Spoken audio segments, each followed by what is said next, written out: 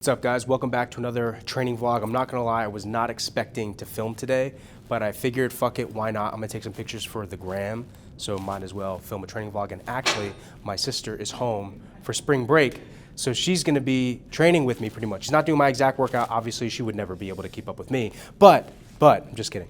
But we're teaching her how to squat properly. Nice. Boom. Any pain there? She's been dealing with some hip pain. No hip pain. And your calves still, or your shins?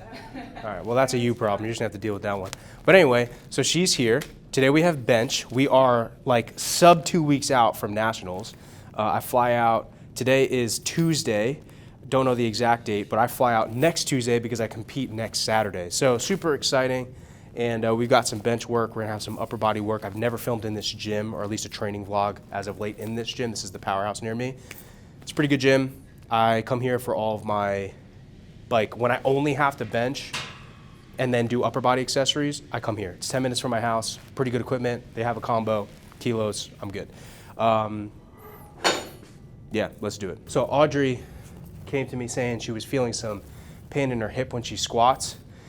And so we're fixing that since she's home, and obviously I'm here. So the fix that I told her, first I told her to warm up with some weighted heel elevated goblet squats, which you guys have seen me do. Then when you're warming up, you can use that position to, you can use that warm up to find positions that are relatively pain-free. That's part of the reason why you warm up. And the heel elevated kind of helps, especially somebody who's normally stiff, helps them loosen up, get blood flow, and feel more comfortable. Then you can transition to a full flat foot. That's totally fine. Audrey has a lot more mobility than I do.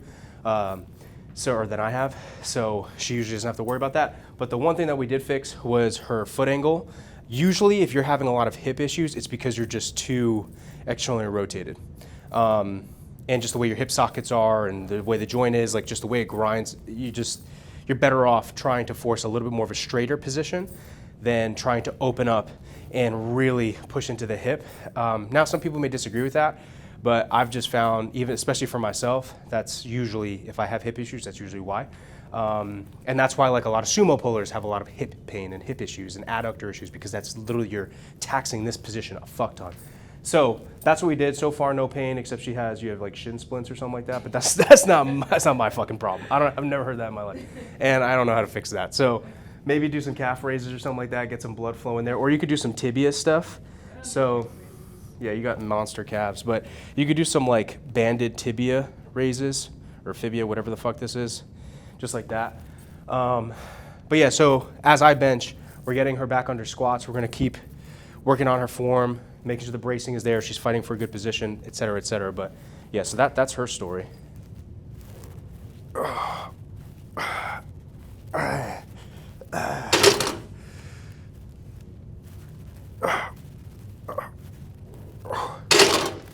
Cool.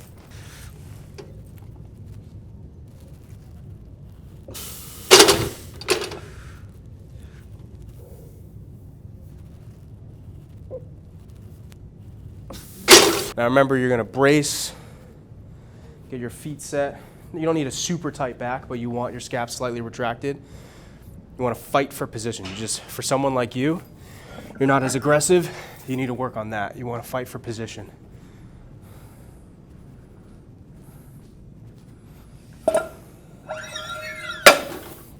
Good. Come up, stop pausing it. That's my goal, right? That's my priority, is just to be as strong as possible.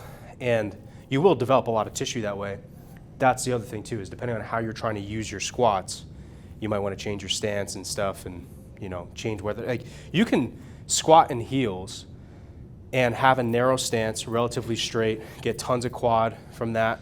If you find that you're going to get a ton of hip pain as a result of it, and the only way you can squat is the way you're squatting right now, so therefore you're not going to bias certain muscle groups that you would want to, that's when you use other movements, right? So if you're going to develop your quads, or if you want to focus on something like that, just pick a more controlled movement, whether it's machine or you could even do other compounds like dumbbell stuff, but the machine is probably going to be the easiest to manipulate.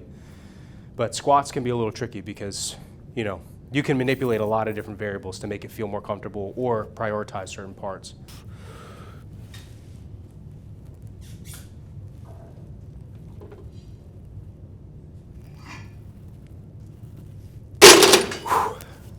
Okay.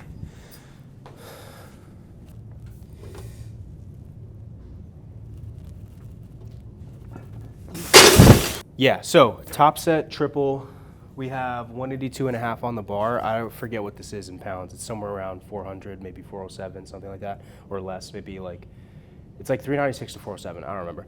But so far, things feel pretty good. I do feel beat up, but that's what I'm supposed to feel. I feel fatigued because that's what I'm supposed to feel. We're 2 weeks out from a meet, so we're right where we want to be, where the weight kind of feels heavy, body feels achy, everything is hard, but doable, and the weights are heavy, and we're doing it, you know, like that's where you want to be.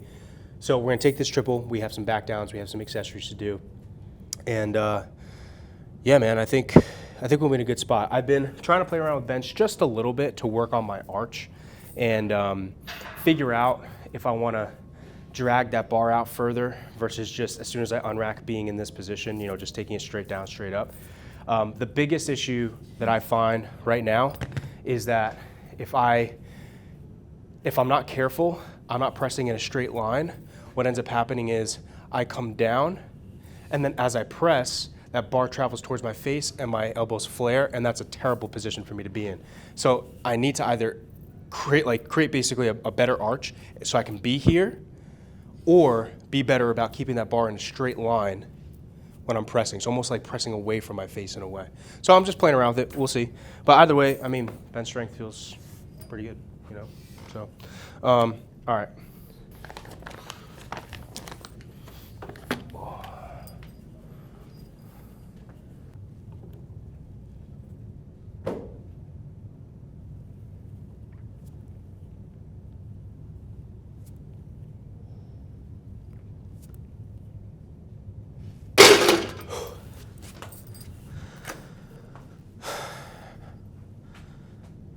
Not bad. Good. Exhale after the concentric.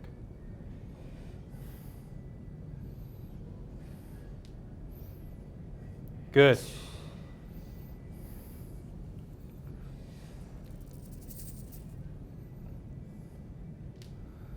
Yep.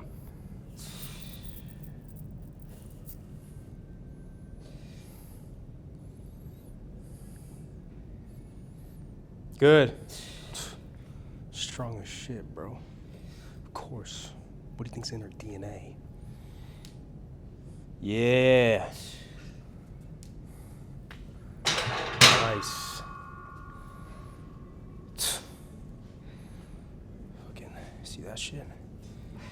See that shit? First day back squatting in months because of pain, and she's repping 135 with perfect, flawless technique, no belt, no knee sleeves, completely raw. Gotta step it up, man.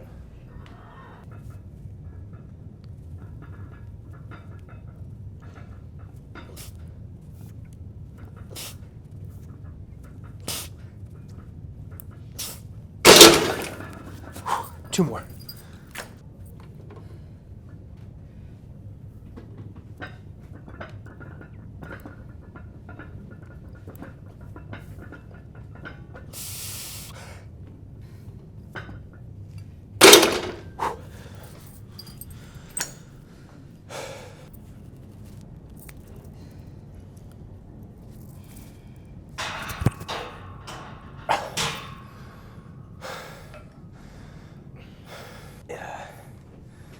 Should probably take some pictures, but I might wait till after.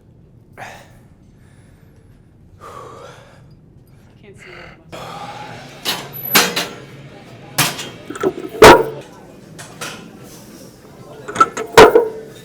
So I had a warm-up set. So yeah, so I transitioned to a machine-based pressing for my accessory work on my chest press, and I transitioned from a dumbbell.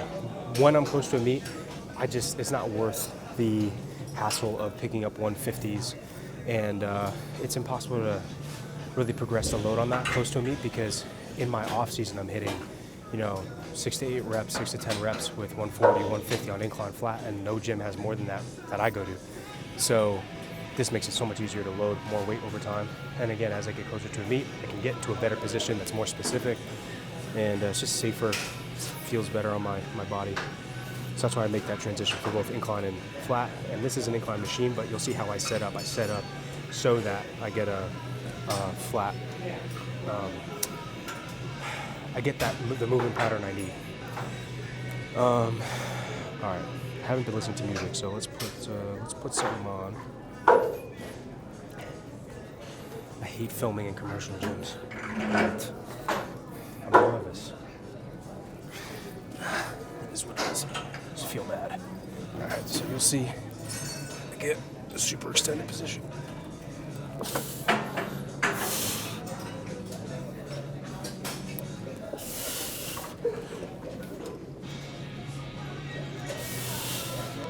Okay, good. Yeah, so I try and get here with the weight, because when I'm laying down flat with the dumbbell, that's going to be the press, right? It's not going to be this, it's going to be this. So, same thing. All right, let's load it up. This is our top set. The way I like to arrange a lot of these movements when close to a meet, like 12 to 16 weeks out, is I treat them as like strength accessories, not necessarily like hypertrophy accessories. So yes, I use these movements to accumulate more of the training volume that I'm not getting from the main movements. However, as I get closer to the meet, remember, the stimulus we want needs to be super specific, and that is strength. So I want to load my chest, triceps, shoulders in this fixed position, similar to like how I would use a belt squat or a leg press, right? Like, yes, I'm trying to do more volume than I would in the main movements, and I'm, you know, there's a hypertrophy effect we're going to get from that. But similar to those movements, I am trying to load it up and get even more of that strength adaptation as a result of that movement. So I do the same thing here. So I kind of hit like a heavier top set and then lighter back down, some more reps. But this is like anything between 5 to 8 reps right now is where we want to be. Let's do it.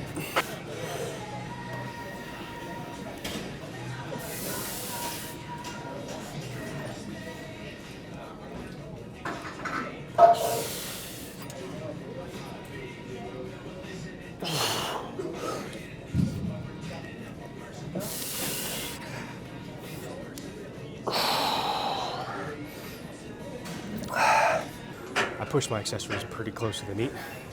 2 weeks out, yes, I start to delete a set in there. Bigger drop-offs from first set to consecutive sets, but it's not until like the week of the meet that I completely eliminate certain accessories / really pull back on the intensity of them. Again, you know, my accessories are a way to just drive a little bit more fatigue and maintain that, so that I do get a really good taper effect, or really I get a lot out of the taper, I should say. This one we're gonna shoot for like 8 to 10. I more so stop once I hit like 2 to 3 RIR. For this, maybe a little more reps in reserve.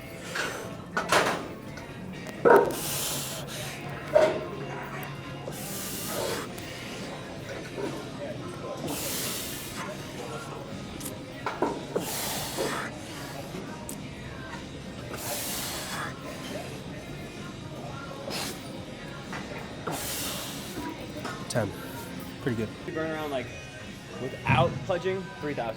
Okay. So my calories have doubled, and I'm in terms of what you're burning, yeah. Yeah, and I'm losing a lot of weight. Yeah, so my suggestion, as soon as that's done, I would definitely be making sure your protein's accounted for. Fats are at like minimum of, let's say, like 70 grams. Healthy fats though, right? Yeah. And then your carbs, you're probably gonna have to start off with whatever you think your maintenance is. Start off with maybe 200 to 400 calories above maintenance, and that's purely from carbs. Like yogurt with orange juice and like vanilla protein, or it'll be protein powder, peanut butter, honey, banana. Like you add all that stuff in there, it's super healthy, and that's a lot of calories. Like that could easily be 1,000 calorie shake right there.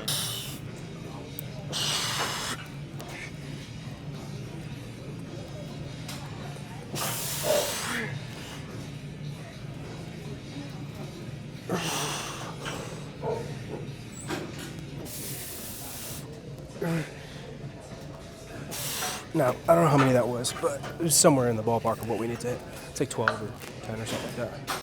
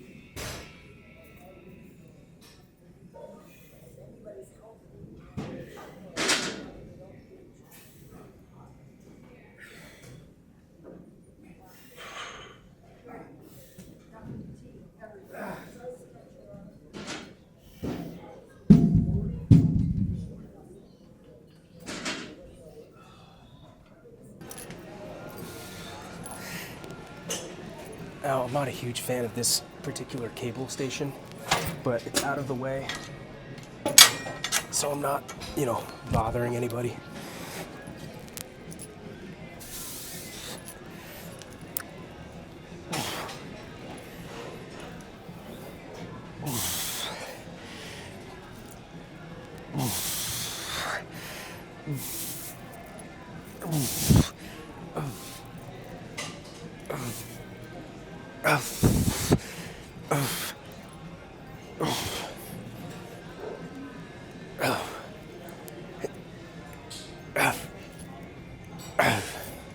Okay, super set.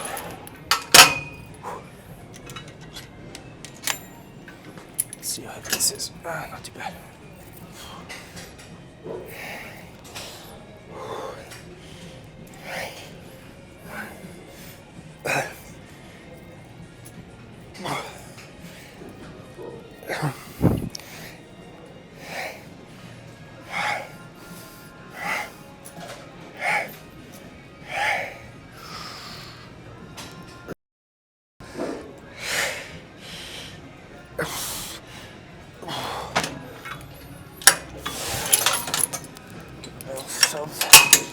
Holy shit, I can't even speak.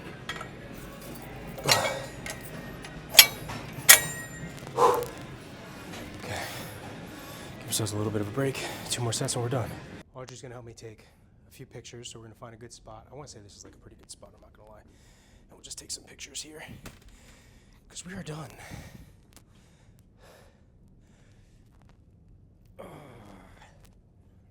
It's the only pose I can do. Okay. I don't know if this is going to be the last training vlog before the meet. Obviously, I would love to film something while I'm there. I'm going to have a pretty normal training schedule when I'm there. I'm flying out Tuesday, competing Saturday. So I will probably train here on Tuesday, and then I'll probably have a deadlift session and another bench session Wednesday, Thursday while I'm in Atlanta. Okay, so it's time. It's time.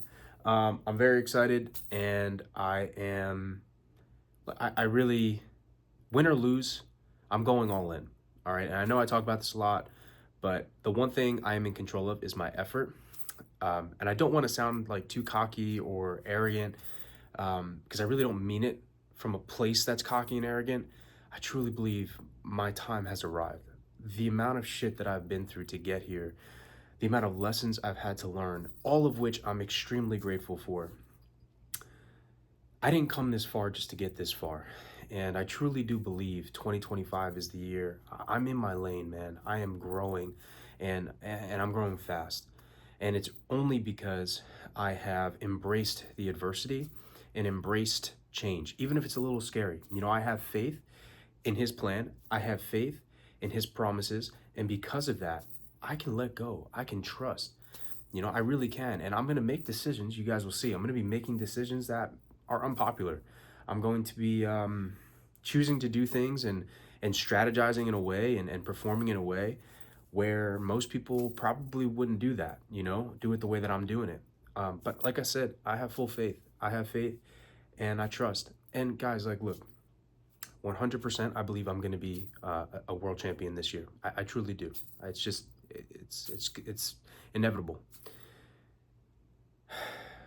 But at the end of the day, win or lose, the next day is day one anyway. It's right back to training anyway. And it's not like I'd work any harder if I won or if I lost. It's not like my mindset changes at all, whether I won or I lost. Nothing changes. I don't become a different person. I still have the same problems, the same fears, the same doubts. I have the same relationships. My businesses pretty much stay exactly the same. Nothing changes. You just add a couple more trophies to the collection. And truthfully, I don't remember who won Worlds 5 years ago, not even 3 years ago. So I have no doubt in my mind that when I win Worlds, the next year, 2 years later, I will be forgotten. That title will be forgotten. And so it's not really about all of that. It's not about the outcome, it's who you become in pursuit of the outcome. And I don't want this to become some like super motivational, cringy nonsense, all right? But I want to be honest with you guys. You know, I want to be real with you. And this is truly how I feel. I really do feel like it's our time, it's our year, but regardless of what happens, there are things that are outside of my control, man. There really are. There's externals. Everybody on this planet has free will. There are things that are always going to be outside of our control, right? There's externals that unfortunately will impact the equation of success. They simply do. Performance equals potential minus interference. And interference means a lot of things. All the stuff that's within your control, that's the stuff that tends to be the most impactful, but that doesn't mean it's the only stuff that can be impactful. There are going to be a lot of things that, like I said, are outside your control that can impact the equation and will fuck with your ability to perform. That's just a fact. It is what it is. And it's unfortunate, but don't worry about it because it's outside of your control anyway. Like, fuck all that. Just rely on you, your own ability to adapt to whatever comes your way. No matter what the fuck happens, you are going to be resilient and you're going to keep moving forward no matter what. And you stick to your principle, you stick to your standard, you stick to who you are through it all. Yes, we make mistakes. Sometimes our emotions get the best of us. Absolutely, we're human, but you do the best you can in those moments, okay? And as you grow, you'll get better at that. My point here is you control what you can control. And that is your effort, that's your attitude, that's your integrity, right? All these things that are unique to you that no one else has control of. And in my opinion, that's what it means to burn your ships, to go all in, because that is the one thing that you are in control of. Having no plan B, no turning back. It's all or nothing. I have nothing but respect and love for my competitors. I'm really hoping I get a chance to pray with some of them, those of them who are believers. I'm thinking about Brandon Petrie and Jamar and possibly a couple other athletes. Again, don't want to fuck with their head and, you know, get in their way or bother them at all or anything like that. But if they're open to that, I'd love to pray for them at the beginning of the competition. At the end of the day, we're all doing this for the glory of God, right? Win or lose, doesn't matter. It's all for him. And, you know, that's just the truth. So I would love to do that if they're open to that, but, you know, we'll see. But other than that, man, I want them to show up healthy, strong. Obviously, I want to show up healthy and strong. And I believe iron sharpens iron. And actually, it's because, you know, I struggle with this a lot. And this is the last thing I'll say, and I'll close it out. I struggle with this a lot, this idea of beating my competitors, because I thought to myself, like, well, if I'm supposed to love my enemy, right? If I'm supposed to want them, and truly, like, I'm a people pleaser at heart, honestly. And that's why I struggle with setting boundaries and stuff. Truthfully, it hurts me to think about them losing because I know how much it sucks to lose, you know? And so it's almost like I'd rather them win than me because I know how much it hurts for me to not win, you know? So I know how much it would hurt them to, but I had to come to terms and embrace the reality that in order for my dreams to thrive, I have to suffocate someone else's dreams. And that's the truth of it, right? And what I've realized is I'm going to let them be the best that they can possibly be. It's not about them. It's not about defeating them. It's about defeating the greatest version of myself, because I believe I have so much greatness within me. If I can defeat the greatest version of myself, I will win by default. Okay, so that's how I've embraced that. The other thing too is if I truly love my enemy, I have to try and beat them. I have to try and defeat them. Why? because it's the only way they'd grow. It's the only way they would get better. And people often fuck this up when it comes to like loving thy enemy and forgiving. Like if you're in an abusive relationship, right? What does it mean to love your abuser? Loving your abuser doesn't mean you stay in that relationship and you let them abuse them. In fact, that's the worst thing for the abuser because you're just enabling that behavior. They're not going to grow from that. They're not going to get better. So if you truly love them, you have to leave. You have to hold them accountable to that behavior. And it's just like that in competition. If my competitors truly love me, they're going to give me the greatest fucking battle of my life. They're going to push me to the brink. Why? Because it's what's going to make me better. It's what's going to make me sharper. That's the truth. So I want to do that for them. And so I'm going to show up my best and I'm going to try and win. And that's it. You know, I'm going all out. And I don't know if I'm going to do a preview show, you know, talking about what my expectations are for nationals and stuff like that. I don't know. We'll see. You guys let me know what you think. I'll definitely be filming while I'm down there, but I'll definitely do like a post-national show or whatever. And yeah, man. Guys, thank you so much for tuning in. Really grateful for everyone. I'm really, really excited. We're almost at 10K subscribers, which is crazy because we started in January. Just a few short months ago, I finally committed to YouTube. I stopped being a hypocrite and, you know, we set a standard and I want to be consistent. And so that's what we've been. I know not every video has been perfect, but we have been able to grow roughly almost 3,000 subscribers since January, which is awesome. I think we started around 6.89K and now we're at like 9.26 or something like that. And guys, I cannot express to you enough how much it means to me because I love the YouTube platform. I'm not going to bullshit you. I love the fact that I can have longer conversations with you guys. I can engage with you guys. It's deeper. I can provide more value. Short form is way more about trends. It's more about the algorithm. It's more about what's working. I'm not saying YouTube's not like that, but dude, like to have 100 people, 1,000 people, 5,000 people take time out of their day to watch a YouTube video, even if it's for the first 30 seconds, it's special because I think when you're on the YouTube platform, you're not looking for a quick dopamine hit, right? It's deeper than that. So anyway, I don't want to run off on a tangent. Either way, all I'm saying is, I don't even know what the fuck I'm talking about anymore. But what I'm trying to say, I appreciate you guys. I'm grateful for you guys. Let's hit 10K. Hopefully we can hit 10K before nationals. That'd be fucking sick. Yeah. All right, guys. Look at that fucking, look at those traps, bro. I'm hairy. Okay. I will see you guys later.